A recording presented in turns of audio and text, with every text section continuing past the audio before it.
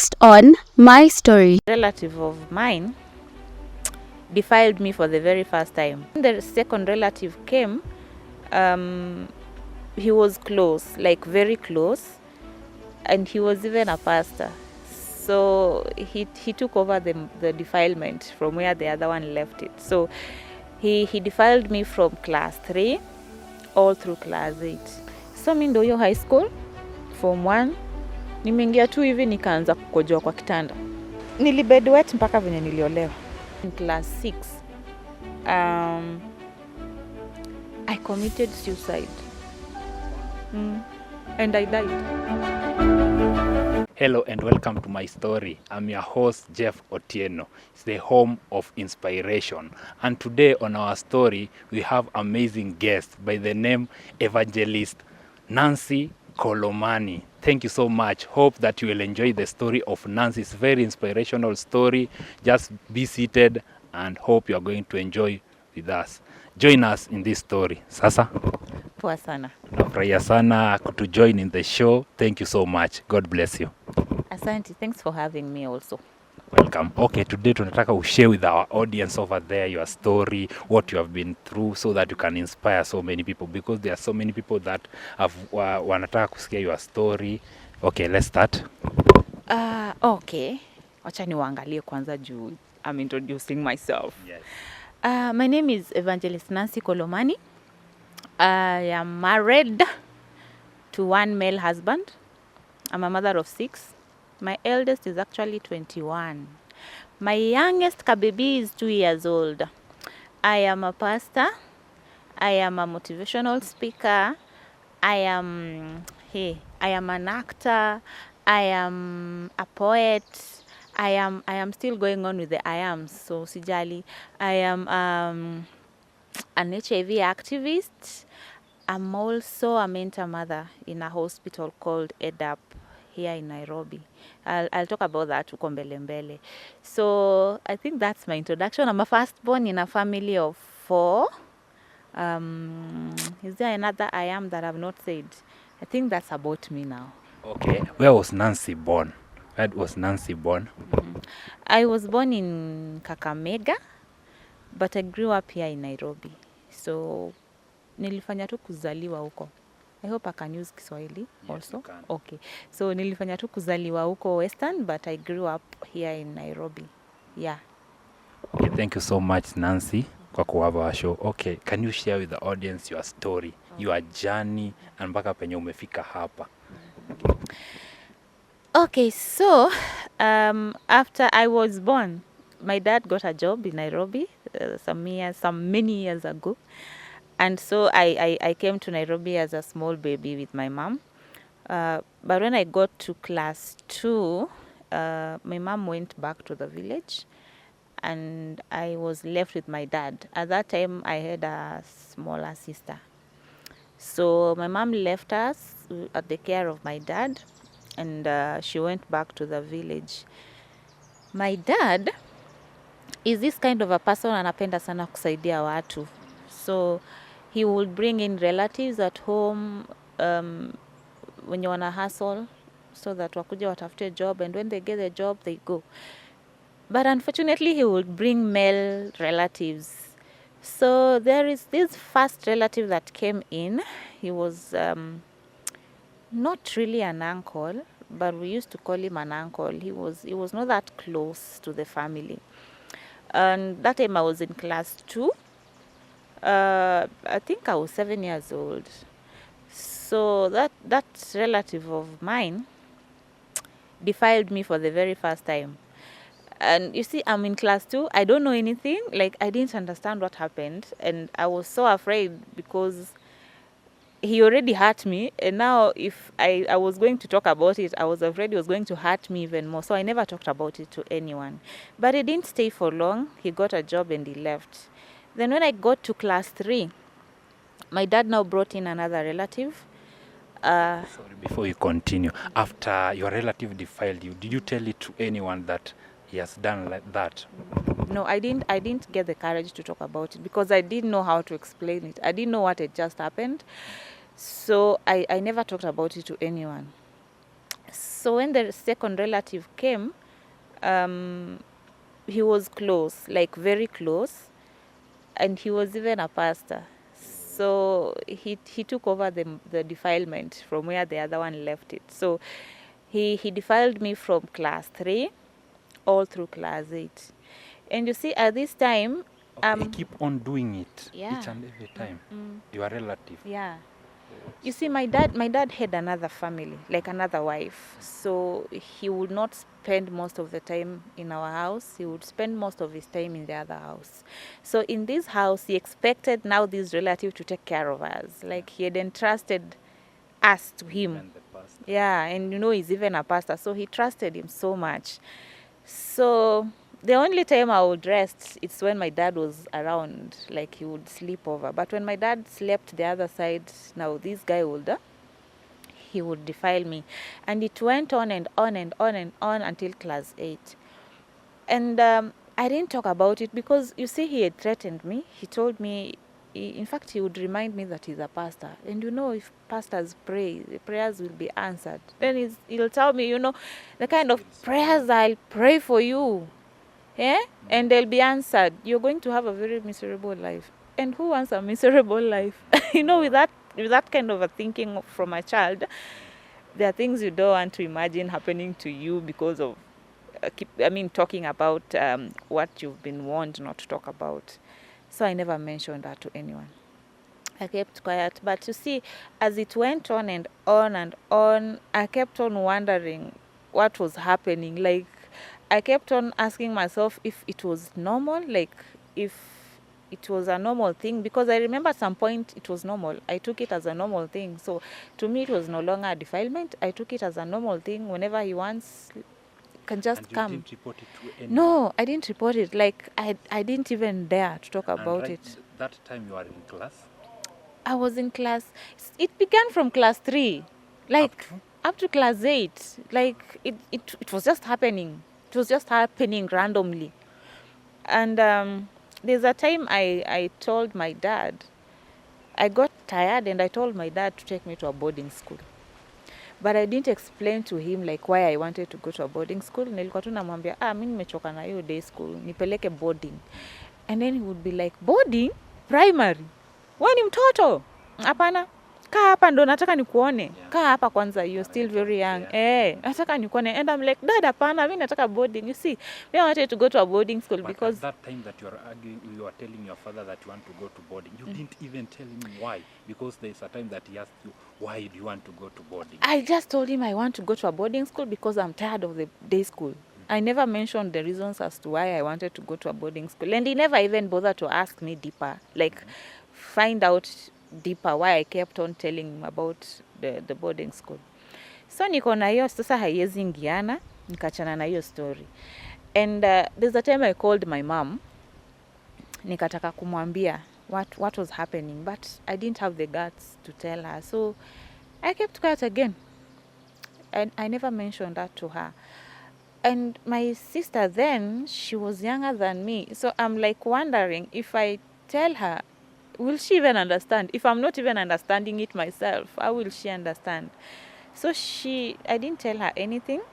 I thought of my teachers back in school, but I would think of how they used to tell us back then, that they used to call it tabia mbaya. And so they would say, teacher alikuwa anakuja alafu anasema, mtu akifanya tabia mbaya tutamtandika, tukijua tutakutandika. So I was like, if I tell the teacher, obviously this is the bad manners she's been talking about, nitachapwa staff room, So I was like, let me not talk about it, let me just keep quiet. And that time you didn't have someone that is closer to you that you can share with him or her what you were going through? No, I think the person that was close to me was my dad, but I didn't have the guts to tell him. I did not have the guts to tell him. So it went on until class 8. But before I got to class 8, there's a time in class 6, I committed suicide. And I died. You died? I died, seriously. I died for a few hours. Wait, I'm curious. What made you to commit suicide? You see, at this point I was tired. Like, I'm thinking to myself, how long is this going to happen? And I'm also praying that this person, this relative of mine, finds a place to go so that he leaves me alone, but he's not going. I'm like, I've told my dad I want to go to a boarding school. He does not want to take me there. You know, I'm thinking I don't have anyone to share this problem with. And I'm again thinking, you see, by the time I was in class 6, we were taught about this incest and everything. So I already knew whatever has been happening is incest, and that's a sin. Yeah. And I'm also thinking, if my parents find out, oh God, what are they going to do Outs. to me? Yeah, you know, I'm like blaming myself for everything, and I don't want them to find out that it has been happening. I'm at this point, I'm thinking I'm blaming myself for everything. So I'm thinking, if my parents find out, hey, I'll be in trouble, you know. Okay, I'm curious. You say that you committed suicide Mhm. and you died, Mhm. and you are here with us. Yeah, I'm How? here. I'm a spirit. I'm joking. No, you know what happened that day? My mom is asthmatic, so whenever she would come to visit, she had some medication kept aside. So I went and took those medication, and I took them all. Like, there were Overdose. so many. I took a very good overdose, and then I went and slept. And so while I was sleeping, I had my dad call. He was calling my name,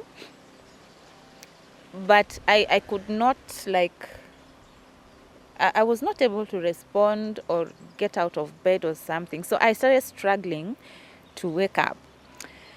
But now, instead of me waking up, like, I saw me waking up. Like, okay, how do I explain this? I saw me coming out of me, like, me coming out of me. So I saw me standing beside me and looking at me. Like, you get it? Umepata? Umechanganyikiwa? Utashikanishia mbele. So I saw me getting out of myself. Like, I woke up.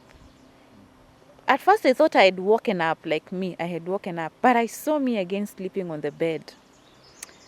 So, and my dad was still calling. So I went and tried to open the door for him to come in. But now I passed through the door.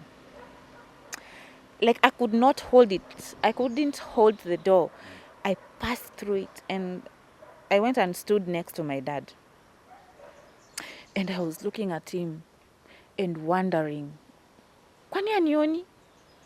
Like, Dad, aunioni? I'm here.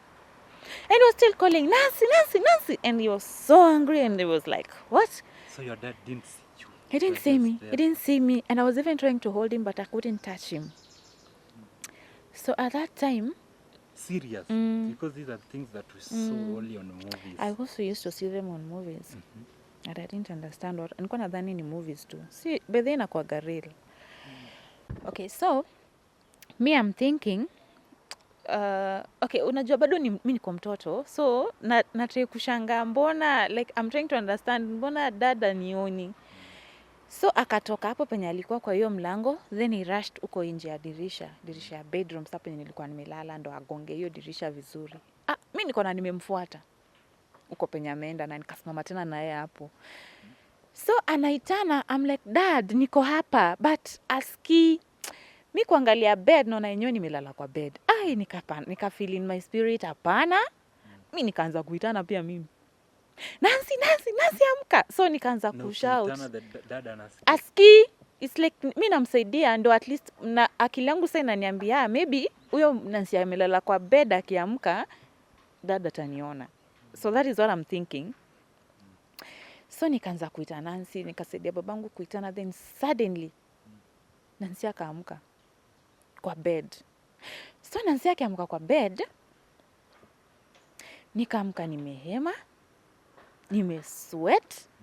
It's like I was struggling. It's like nilikuwa na struggle tu ile kabisa. So babangu naye alikuwa sharudi kwa nyumba. So nikakimbia nikafungua mlango. Venye nilifungua wachanze kugombana. Unalala aje? Do you know how long I've called you? Me, I was like, I wanted to explain what had just happened, but hakunipatia hiyo chance. But sasa akigombana hivyo ndo nikaanza kukumbuka, guy, kumbe sikuwa naota. kumbe it was true. Kumbe nilikuwa na yeye. Juu hizi vitu ananiambia nilikuwa naona. Akiniambia, yani paka natoka nje, paka nafanya, paka, and I'm like, but I was with you right there. Mbona huko unaniona? But sasa mimi ni mtoi, siwezi explainia like nashindwa ata understand ama tunakaa mimi ni fala ama nini. So nikaacha hiyo story hivyo. Na hivyo ndo sikukufa. Hivyo ndo nilirudi. I think it was God's plan. It was God's Yeah, plan. I yeah. think kuna tu venye God alitaka nipitie hiyo process for a reason. So after that, life of course ikaendelea juu nilikuwa class 6. Hiyo defilement ikaendelea until class 8. So after class 8, nikapass vizuri. Na sasa nikakuwa excited juu sasa nimemaliza high school naenda next level. Na nikakuwa mkali. Nikamwambia my dad sasa naenda boarding. Na mimi nataka kwenda ushago. Sitaki kukaa hapa. Nataka kwenda kukaa na mama ushago. I think uko umeingia class 8. You didn't even tell your father what really happened. No, I didn't tell my dad. And you see, me, I think it is God. I think it is God who was on my side. Kwa sababu just imagine kama ningepata ball. Ya relative. True. Imagine what would have happened. You know, it would have been something else. But I always say, it was God's plan. So hata kama ball ingekam, bado ingekuwa tu kwa plan ya God. Anajua tu venye ninge maneuver that time. So, my dad akakubali akanipeleka ushago kwa my mom. So finally nikapumua nikasema, finally. History ya defilement imeisha. Na nikaenda home. Fika home, nikatafutiwa shule huko Western High School, boarding, nikaenda. Basa nikifika high school, kumbuka hii story bado inanisumbua. Guilt inanisumbua. Alafu na feel like, I feel like I'm so dirty, like, na feel too filthy, yani, na feel too messed up. Na hakuna mtu nezambia, like, sijui neza explain ya mtu aje. So mi ndo hiyo high school, form 1, nimeingia tu hivi nikaanza kukojoa kwa kitanda. So hiyo shida nikadhani ni accident, like I thought it was an accident, itakuja tu kuisha day 1. Nikakaa kidogo tena, hata sikumaliza wiki tena nikakojoa kwa bed. Kumbe it was something that was beginning. Okay, you didn't even in primary, hauko umeanza kukojoa. What happened started in form 1? Okay, see right now nime grow, nikaelewa what was happening then. After the defilement, watu wengi wenye wanakuwaga raped wakiwa wadogo, wanakuwaga na shida ya bedwetting because of the stress na hizo tu vitu zenye zinakuanga zili happen. Huwa inachangia sana bedwetting, especially kama haujapata mtu wa kuongelesha ufanyiwe hiyo therapy and everything. So that was me now that time. Na nikafanya hiyo bedwetting mpaka form 4.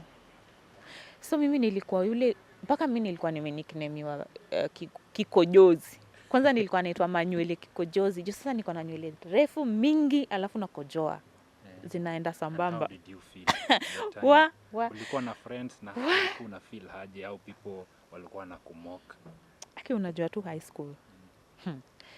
Nakwambia kama kuna kitu nilipitia high school yenye ilinipatia one hell of a life, ni hiyo bedwetting. Kwa sababu sasa kila mtu hataki story zangu.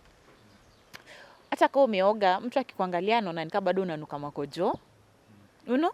Like kuna time mpaka tulikuwa na, I think ilikuwa symposium shule. So boys schools walikuwa wamekuja and everyone, you know, girls school yenye tuko boarding na maboys wanakam, everyone wants to look pretty and you know, unataka kila mtu anataka aonekane yeye ndio.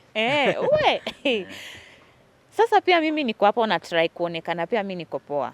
You know, kwa sababu like nataka kufit mahali, sitaki kukaa kama mimi si mtu kaa wengine. Juu already nilishaharibiwa kule nyuma. Sasa nataka at least hapa high school nionekane nikana fit mahali, you know. Then kukanyesha. I mean, weather ika change na mimi mattress yangu nilikuwa nimeanika huko kwa dom kwa mabati. So weather ina change na dom zetu zilikuwa zina face tu uwanja. So I'm thinking nikienda kutoa hiyo mattress akishwali. Sia maboys wataniona. Kai alafu watanichekelea. Mimi siendi kutoa. Nikaachana nayo. Sema mvua kumwagika. My friend, mattress yangu ilinyeshewa. Na sasa utalala wapi? Sasa dom, si kila mtu anajua mimi ni kikojozi. Hata bedmate wangu hataki kulala na mimi. Kila mtu is like, utakojoa kwa kitanda yangu, na bedhe ningekojoa kwa kitanda yao. Nilala kwa hizo machuma. Nilala kwa hizo machuma za kitanda mpaka morning.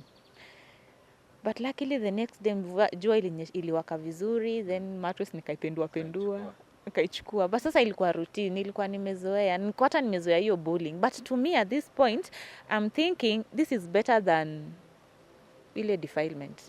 And then I'm also thinking, hapa hakuna mtu anajua kwetu, hakuna mtu anajua mamangu, hakuna mtu anajua sistangu, wataenda kuambia nani?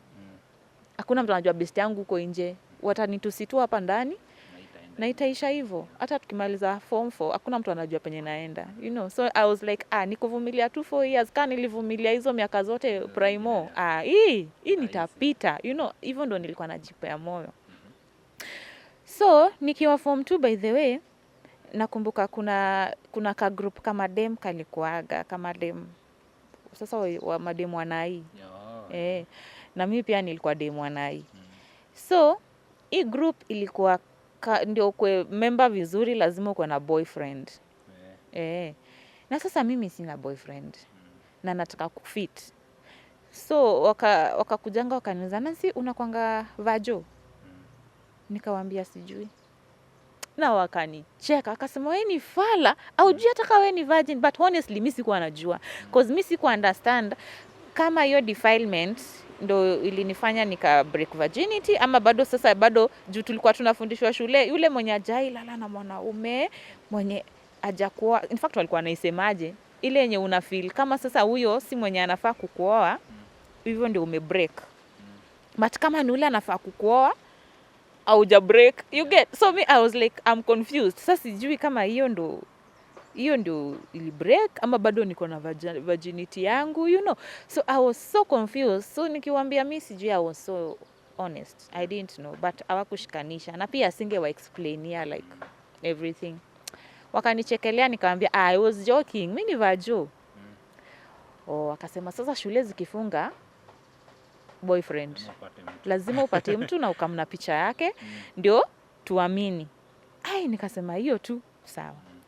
Na venye nilikuwa nakatiwaga nikasema okay. Shule zikafunga, tukifungua bedhe nilikuja na boyfriend. Picha nilikuwa nayo ya boyfriend. Si ni boyfriend walikuwa wanataka?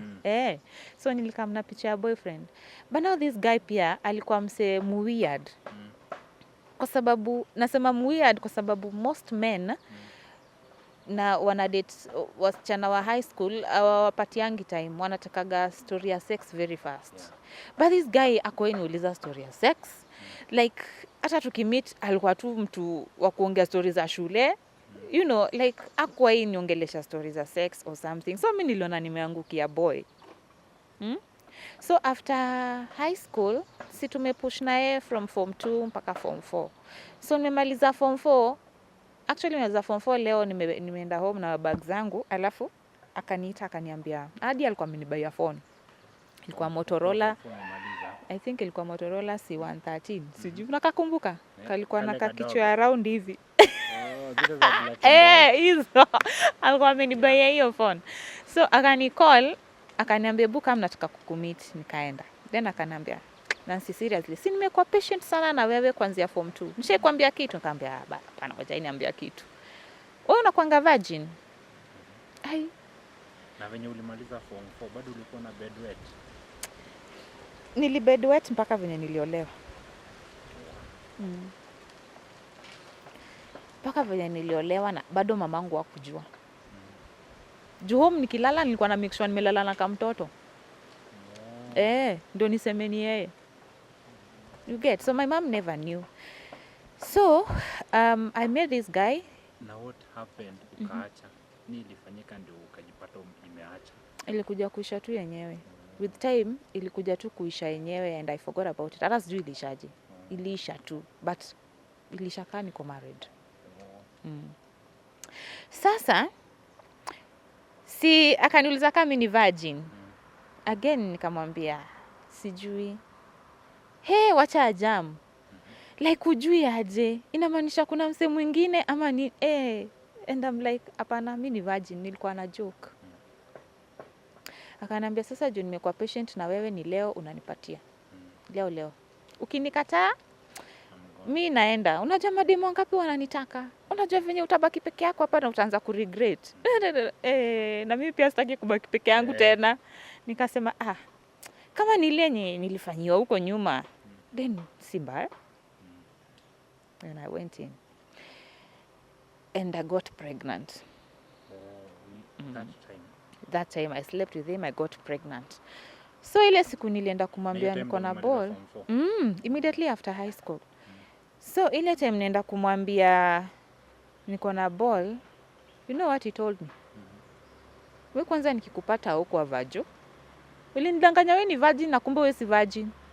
Mimi najua kuna mse mwingine. Enda ambie mse mwingine. Me, I'm not responsible. Again. So that person alijua but he didn't tell you. Which one? That person mwenye tunasema mwenye ulinini mwenye you slept with him. He knew that you are not a virgin. But hakuniambia until nimwambie sasa niko na ball. Ndio sasa akapata sasa njia ya kuiruka vizuri. Akadecide kuiruka hivyo. So again nona bado siwezi muexplainia what happened. Nikaacha tu believe basi kuna boy mwingine. But sasa singeweza kumexplainia what happened huko nyuma. So of course have kuambia my mom. Akakuwa very disappointed.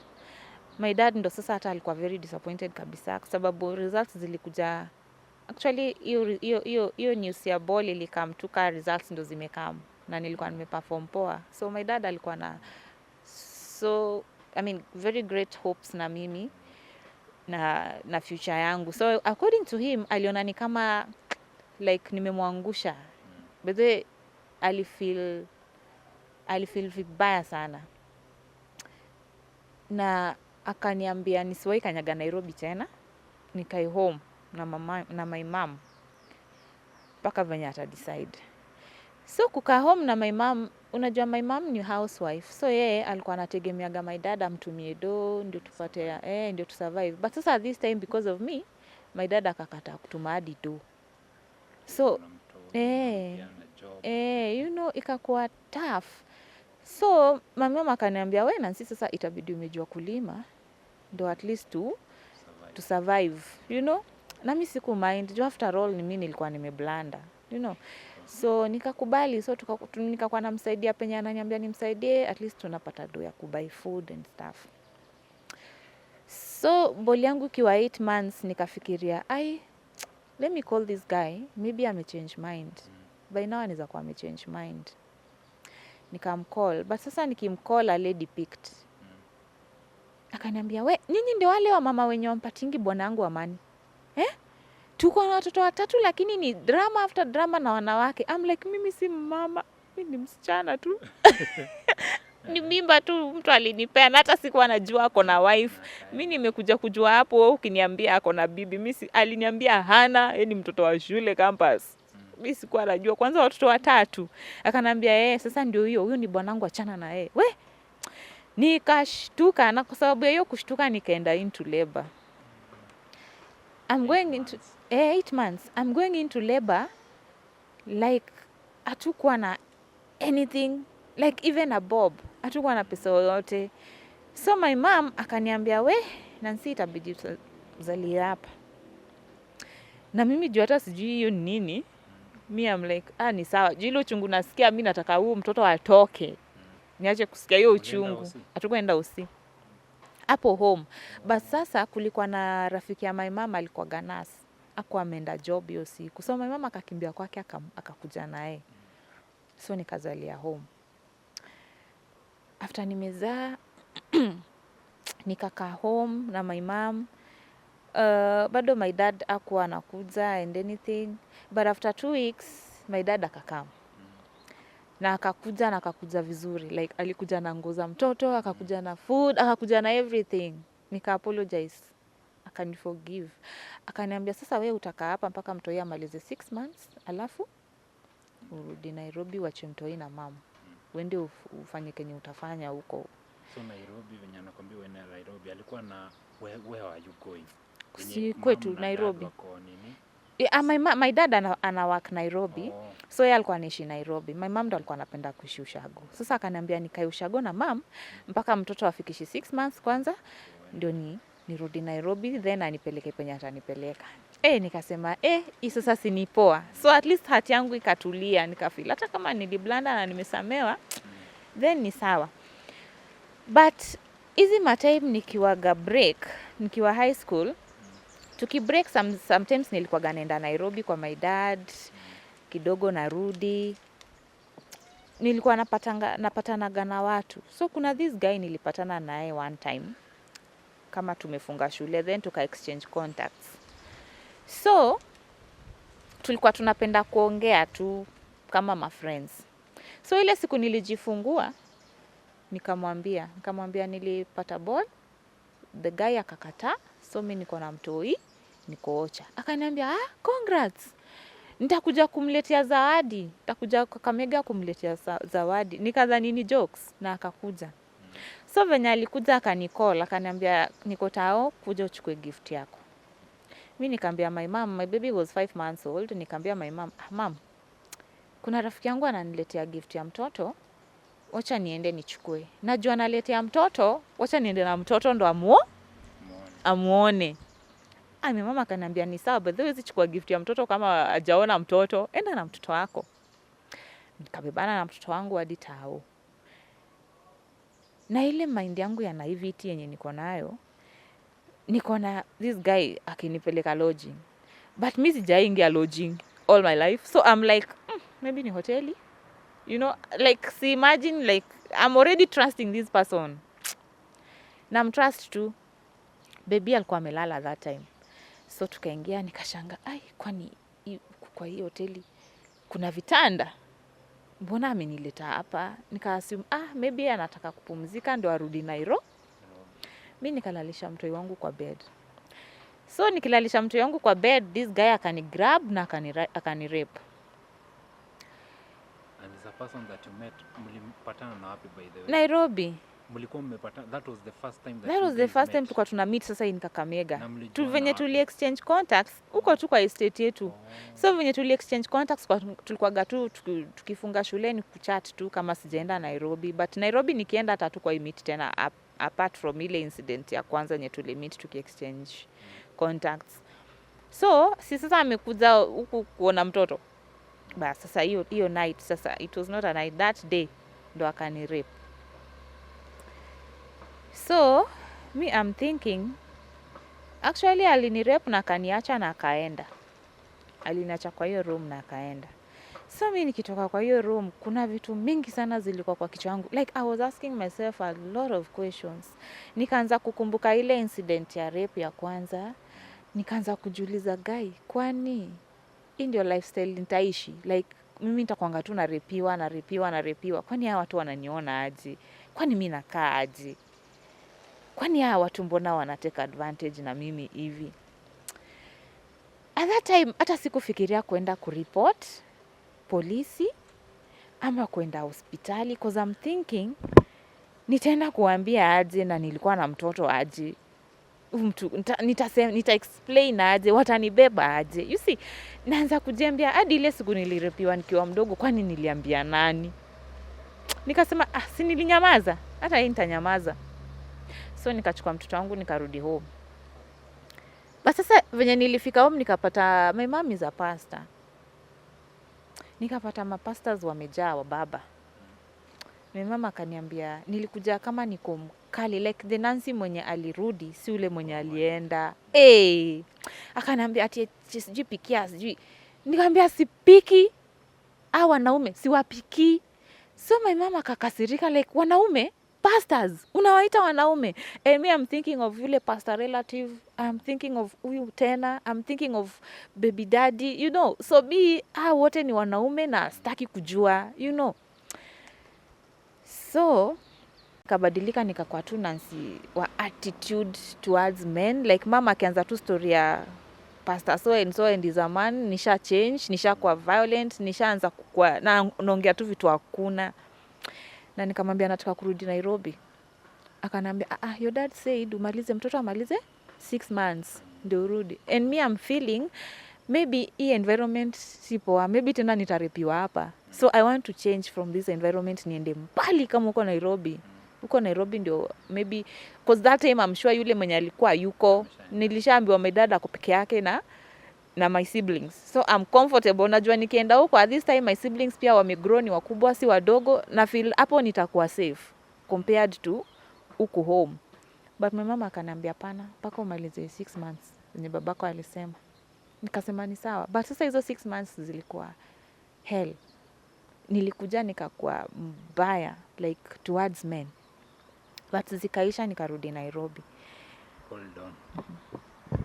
Dear viewers, you have heard the story of Nancy. It's a very painful story, what she has gone through, what she has been through all along.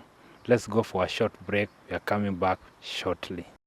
Do you know your story can inspire, encourage, and uplift someone who has lost hope in life? If you wish to share your story with Orion Production, kindly reach us at My Story through our email address theorionproduction@gmail.com or through our WhatsApp number 0728654867 or call us on 0708286012. Visit us on all our social media platforms: on YouTube, The Orion Production; on Instagram, _Orion_production; on TikTok, the.orion.production. Don't forget to subscribe, follow, like, comment, and share. The Orion Production, home of inspiration.